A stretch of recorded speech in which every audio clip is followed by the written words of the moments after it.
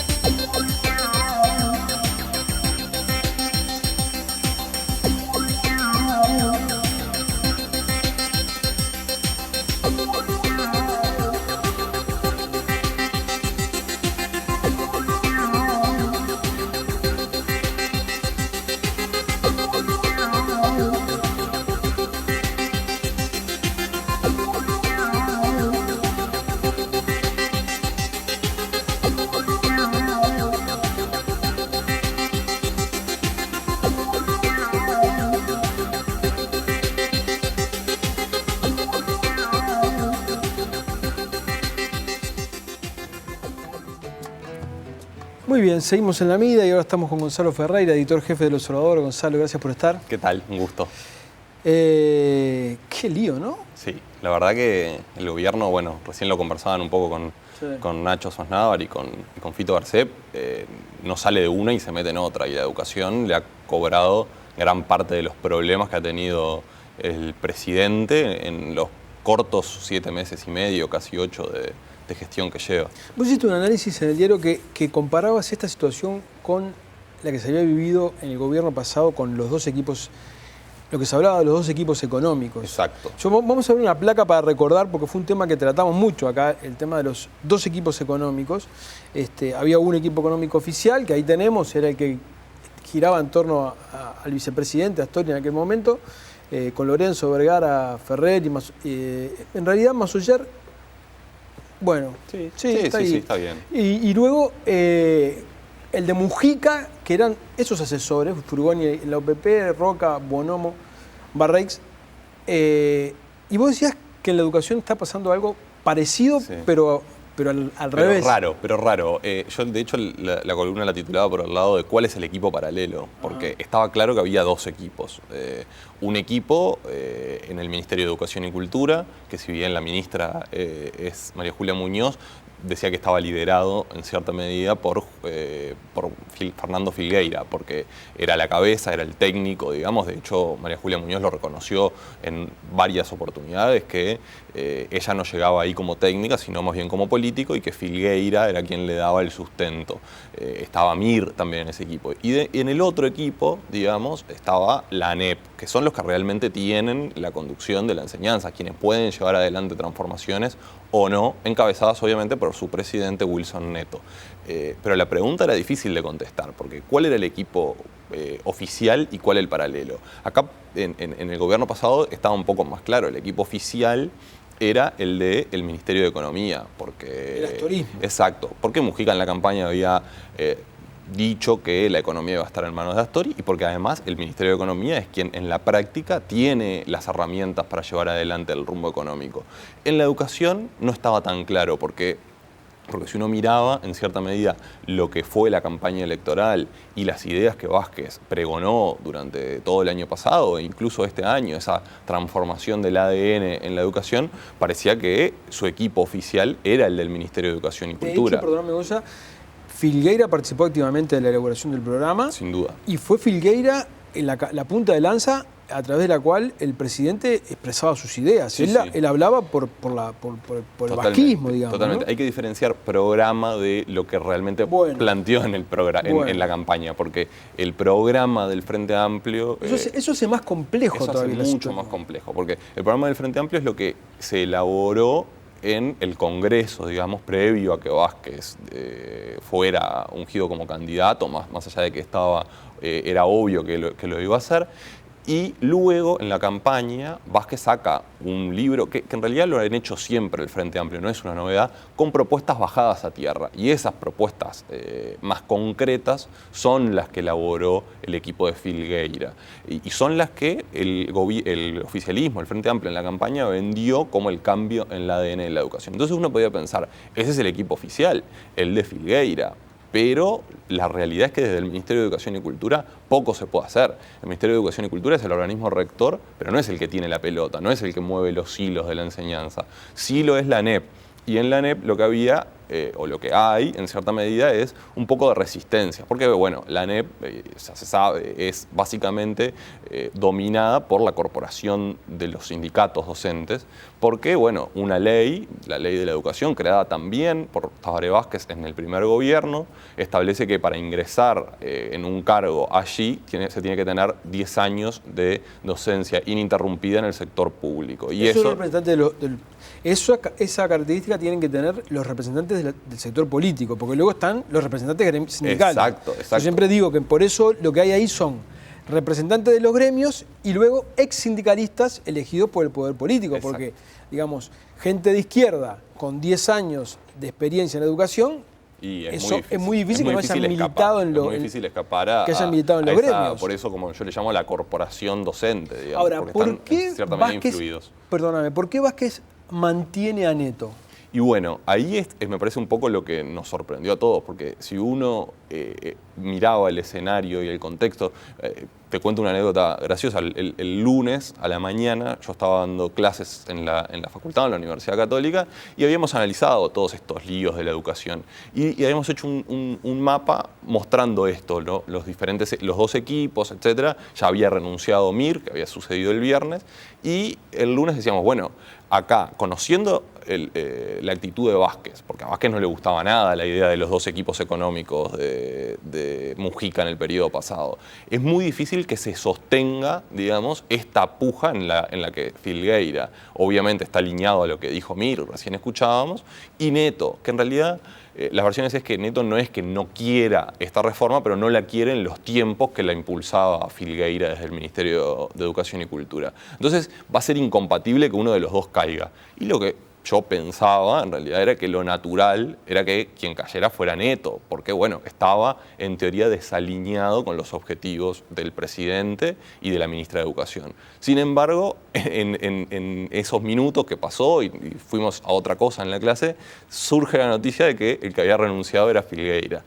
Lo pongo y, claro, todos nos reímos porque en realidad era parte de entender un poco como periodistas también el contexto para dónde buscar la noticia. Bueno, había que buscar la noticia en que evidentemente uno de esos dos actores no iba a continuar mucho tiempo en el gobierno. Y el que cayó en realidad fue Filgueira. Y bueno, y ahí hay que ver, porque la información que ha surgido en las últimas horas es de una cercanía de Neto con Vázquez que no estaba en los planes de nadie. Digo que no estaba en los planes de nadie porque Neto queda al frente de la ANEP, en teoría, por un pedido de Mujica. Es decir, hay que recordar, Neto era presidente del CODICEN, fue puesto por Mujica, cuando sustituyó a José Seoane, lo traía de la UTU con la idea de impulsar para el resto de la educación pública las ideas de la UTU.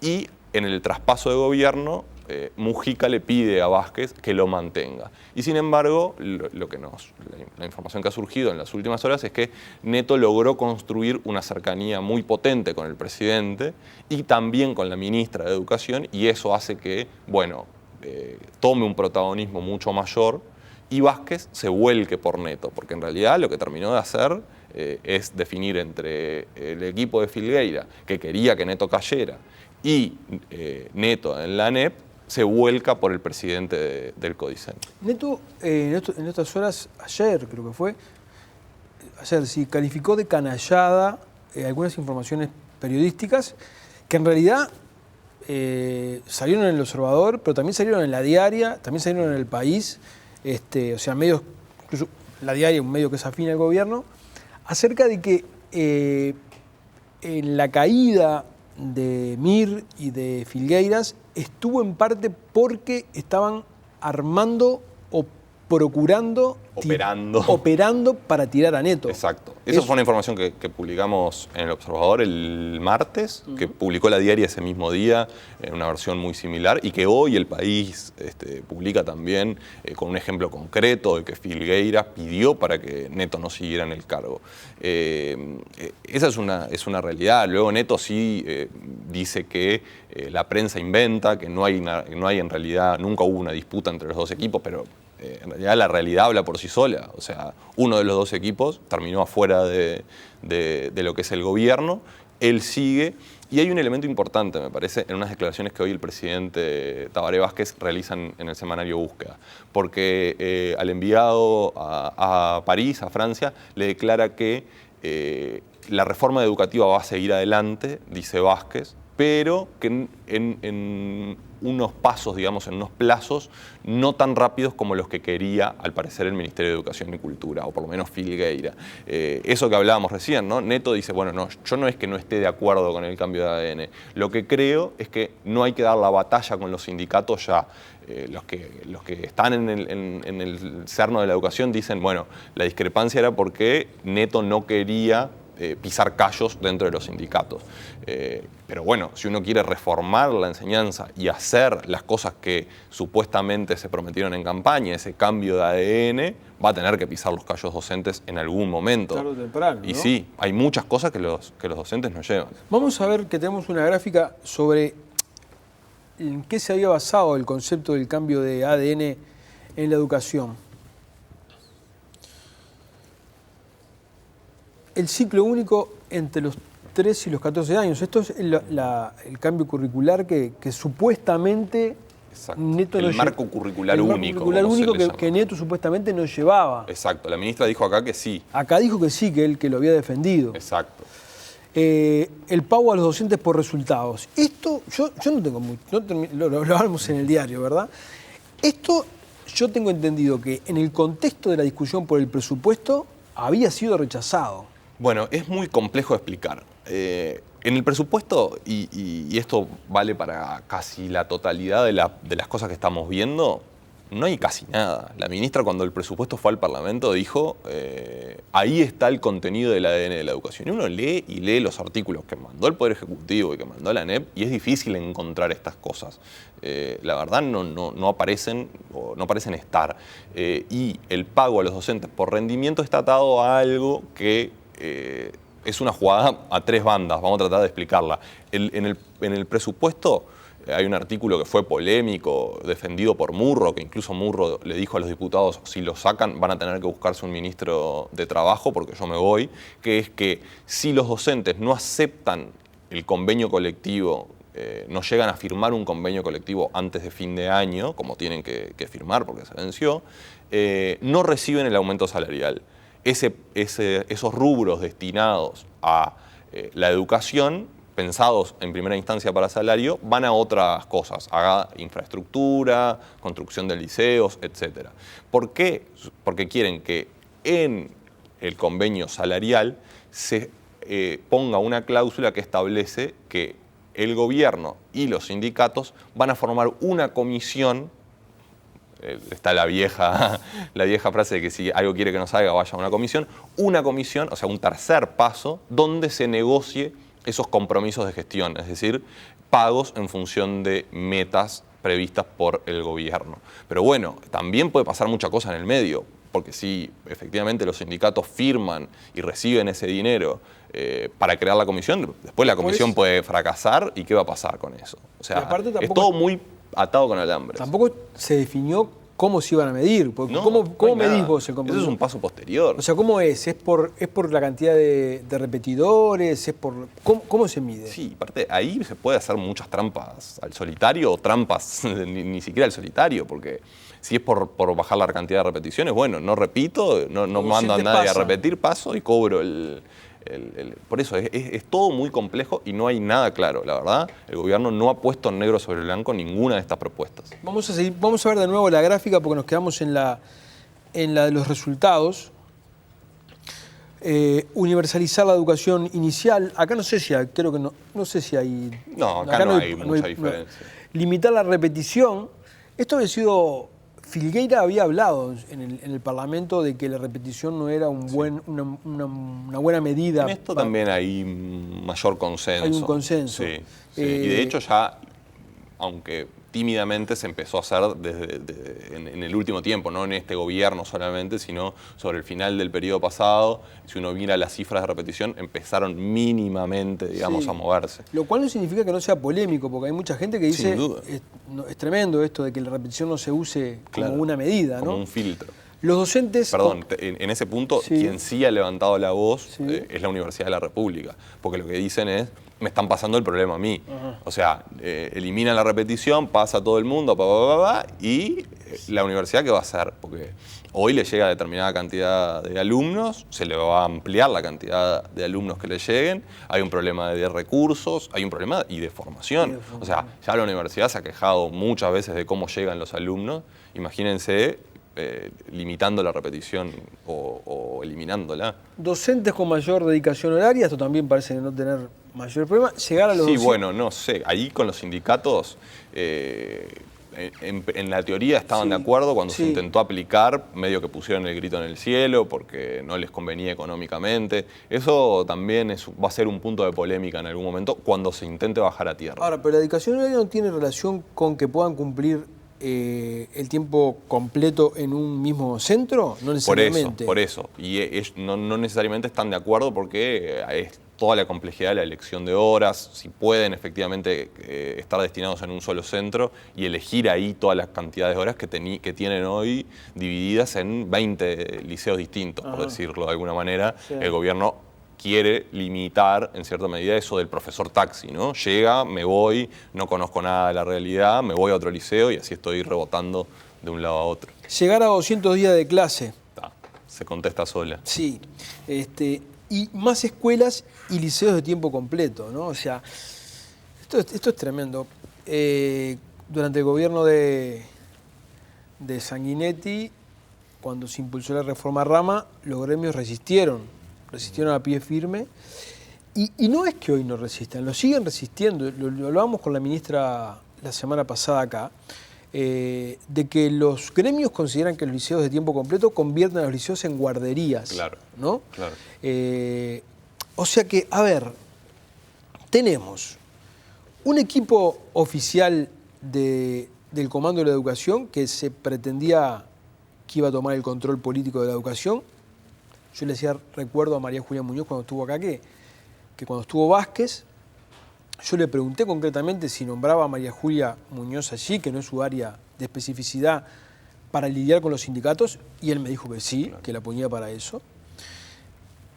Con sus patas técnicas, que eran Mir y Filgueiras, ahora disuelto. El poder parece de recaer en Neto, que, según te dicen, quiere estos cambios, algunos de estos cambios, pero lo quiere de manera lenta. No se sabe cuándo. El presidente lo avala hoy en búsqueda, que no terminé de rondear la idea de hoy, lo que dice es, no, reforma va a haber, pero esto no es apretar el acelerador y andar, sino que hay que manejar los tiempos políticos. Eso obviamente le da a la derecha lo que dice Neto, que es, ahora no, vamos más despacio, vamos más suave. Pero luego tenemos, que es lo que importa, porque cuando hablamos del equipo oficial, lo hablamos para que impulse cambios, para que impulse ideas. Cuando hablamos de Neto que frene, estamos hablando de que frena cambios o ideas. Tenemos una serie de puntos, como vimos allí, algunos de los cuales no necesariamente están en el programa del Frente, con lo cual no hay un compromiso, digamos, firme, como es el que tiene Vázquez, y varios de los cuales el gremio docente se resiste a ellos.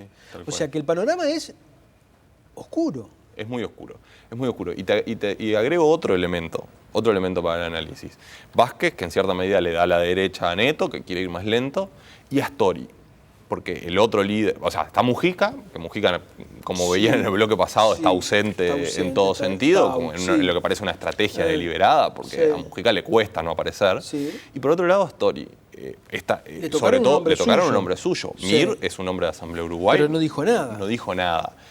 Además, lo que nos cuentan es que intentaron previamente a que esta tormenta se desatara, porque esto, como decíamos, fue toda una operación. Mir no sale a hablar, más allá de que él lo niegue, no sale a hablar porque sí en un ámbito privado y que quede ahí en el ámbito privado, sino sabe que eso lo publica el FLS, el Frente Libre Sereño, y lo publica en su canal de YouTube entero. El video no es que alguien lo hizo de robado, lo subió el propio sector político. Ese argumento, gente muy allegada a Vázquez me decía que esto que estamos hablando de que Mir sabía que iba a salir, fue uno de los argumentos de peso que tuvo Vázquez para pedirle a María Julia Muñoz que removiera a Mir porque lo consideraba una falta de lealtad. Exacto. Porque Mir sabía que esto se iba a hacer público antes de habérselo dicho a la ministra o al presidente. Exacto, deslealtad institucional, piensa Vázquez, porque claro, no se lo dijo a su jerarquía, sino que lo dijo en su sector político. Y bueno, previo a todo esto, hubo contactos con Astori pidiéndole que, se sentara a negociar con Mujica para encauzar este tema de la educación. Por problemas de agenda nunca pudo realizarse esa reunión y Astori, pese a que muchas veces se ha mostrado muy preocupado por la educación, ha salido duro, ha sido uno de los dirigentes de izquierda más duros respecto a la situación de la enseñanza, porque ha dicho que no se le puede seguir dando dinero sin contrapartes y tener resultados. Sí. En este caso ha estado totalmente ausente. Entonces, la sensación, yo no digo que sea lo que realmente termine sucediendo, pero y viendo los antecedentes aún más, la sensación que queda es que se está tirando la chancleta, o sea, se está tirando la toalla y decir, no estamos pudiendo, porque hay una cosa que es clara, y Filgueira lo había dicho varias veces durante la campaña y luego también, que es que la educación no se la puede reformar desde adentro. O sea, es muy difícil reformarla desde adentro, es muy difícil reformarla desde la ANEP. Por eso mismo que hablábamos hoy, la corporación docente que resiste los cambios tiene un peso muy fuerte. Entonces se requiere sí o sí una intervención política, una decisión como la que pareció mostrar Vázquez con la esencialidad y que luego, cuando la retira, a partir de ahí parece un largar la toalla. ¿Y los nombres que se están manejando para sustituir a Mir y a Filgueira son de docentes? Sí, Mir ya tiene sustituto, Inés D'Angelo, que sí, es una docente. De hecho, los sindicatos no la conocían mucho, no hay muchos datos sobre su perfil. Fue recomendada, es militante del Partido Socialista. Y para el sustituto de Filgueira en el Ministerio de Educación hay muchas versiones. Lo que sí han dicho cercanos al presidente Vázquez es que va a ser del ámbito de la educación, van a ser docentes en actividad. No tienen el perfil político que parecía tener Filgueira cuando lo que se pensaba que se pretendía era tomar el control político de la educación. El único nombre de los que hay en la vuelta que podría tener un rol mucho más político y más fuerte es el de Miguel Brechner. Sí. Porque Brechner fue yo recuerdo verlos en innumerables cantidades de salidas al interior o de exposiciones sobre educación o incluso en medios, dando entrevistas juntos sobre este cambio del ADN, tanto Filgueira como Brechner. Hay una situación ahí que se está estudiando sobre la legalidad o no de que Brechner pueda asumir por una cuestión de nacionalidad. Creo que él es boliviano. Él me dijo a mí que sería inconstitucional que lo nombraran. Por eso. Él creo que es boliviano, si no me equivoco, entonces no puede, como Venegas, que recuerdan que fue ministro, era chileno y tuvo que ser destituido. Pero bueno, sería el único nombre que uno dice, bueno, con un perfil político. Si viene Brechner, en realidad, las ideas de Filgueira se mantienen, puede haber algo ahí, digamos, que permita impulsar nuevamente los cambios previstos.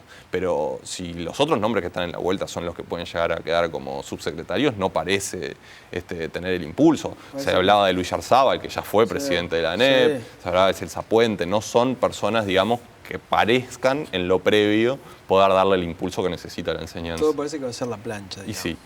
Gonzalo, muchísimas gracias. Por favor. Gracias a ustedes por haber estado ahí, los esperamos el jueves próximo. Hasta entonces.